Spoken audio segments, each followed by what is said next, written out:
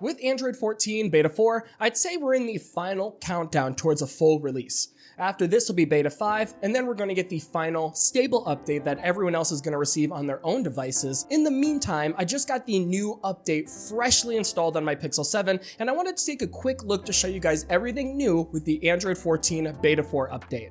I have to warn you though, since we're so close to the final release, a lot of these changes aren't big by any means. At this point, we're just doing a lot of cleanup and finishing touches. Regardless, there's still a few changes that you should know about. The first and arguably biggest change coming to Beta 4 is support for the newly released Pixel Fold and Pixel Tablet. So far, based on a surface level look, there aren't too many changes we can report on at this time, the biggest one being a slightly redesigned widget selection screen.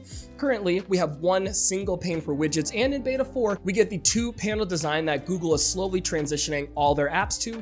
Another small change is a slight redesign to the menus for long pressing on an application. Currently, it just shows us icons for the more info, pause application, and split screen functions, whereas in Beta 4, the icons are replaced with full text, which I can see being slightly easier to notice for new people to the Pixel ecosystem. Right now, the biggest feature missing for Beta 4 on the Pixel tablet is the lock screen clock and shortcuts, which make me wonder if they're coming at all. I sure hope so, as it would make sense, but we'll just have to wait and see. Another interesting change comes in the form of the classic Android Easter egg. We love to see them, and this year is pretty cool, I'd say. Hitting the Android version several times is going to present you with the new Android 14 logo. Holding down on that logo will mimic a rocket takeoff of sorts. Your phone vibrates a little bit, and then a little space minigame initiates where you can fly around procedurally generated maps and discover new planets. Probably the most interactive Easter egg I've seen in years past, not to mention it's well animated and it's pretty nice to look at.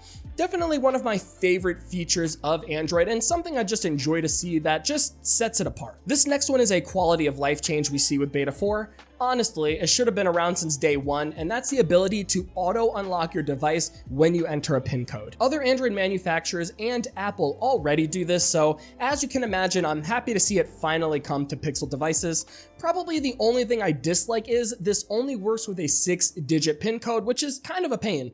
Personally, I'm a 4-digit PIN kind of guy anyway, so just give me the option and just let me take the risk, but that's just me. The next change is one I'm also happy to see. With Beta 4, you can now see what year your device was manufactured in. You can find this in the About Phone/Model tab. Admittedly, this is nothing that affects day-to-day use, but for those with quality control issues or just want to know because it's a device you bought and paid for, now you have that option.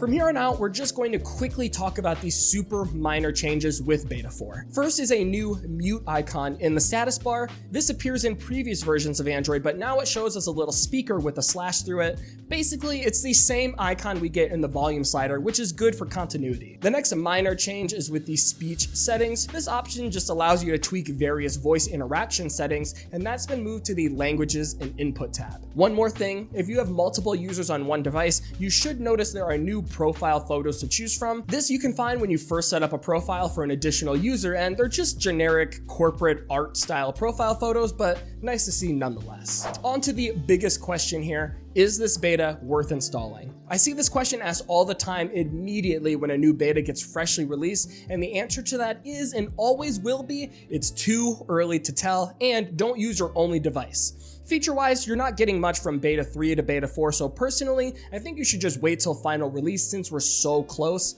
Obviously, if you have spare Pixel devices laying around, it's worth a shot, but you're not going to catch me installing this on my new Pixel Fold or Pixel tablet yet anyways, unless there's some new crazy features that I just have to try out. I will say though, the Beta 4 update has over 30 bug fixes as reported by our Abner Lee, so if there's a time to jump in, now would probably make the most sense. Most, if not all of the major features are already in by now, and we're basically one update away from the final release, so if it's not super stable by now, I'm not sure what to tell you guys, but either way, this has been everything new with the Android 14 Beta 4 update. Let me know how performance has been for you so far, just to crowdsource as much information as possible on this. Otherwise, I hope this video helped you get an idea on what to expect.